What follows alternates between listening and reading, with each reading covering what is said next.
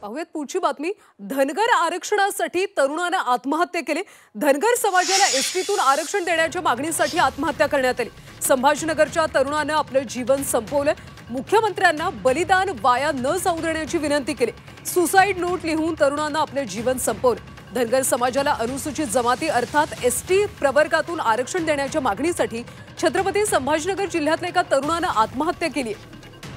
या तरुणाने आपल्या सुसाइड नोटमध्ये मुख्यमंत्र्यांना आपलं बलिदान वाया जाऊ न देण्याची विनंती केली।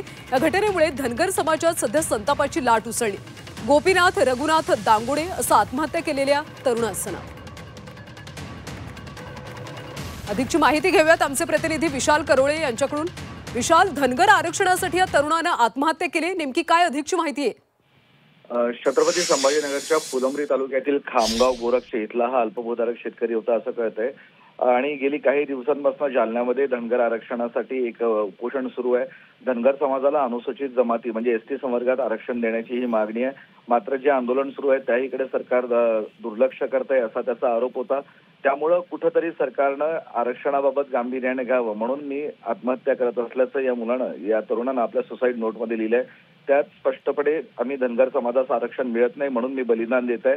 मुख्यमंत्री साहेब माझे बलिदान वाया जाऊ देऊ नये, धनगर समाजाला एसटी आरक्षण मिळालेच पाहिजे असं त्यांनी आपल्या सुसाइड नोटमध्ये म्हटलंय। या आत्महत्येनंतर धनगर समाजामध्ये एक संतापाचं वातावरण आहे।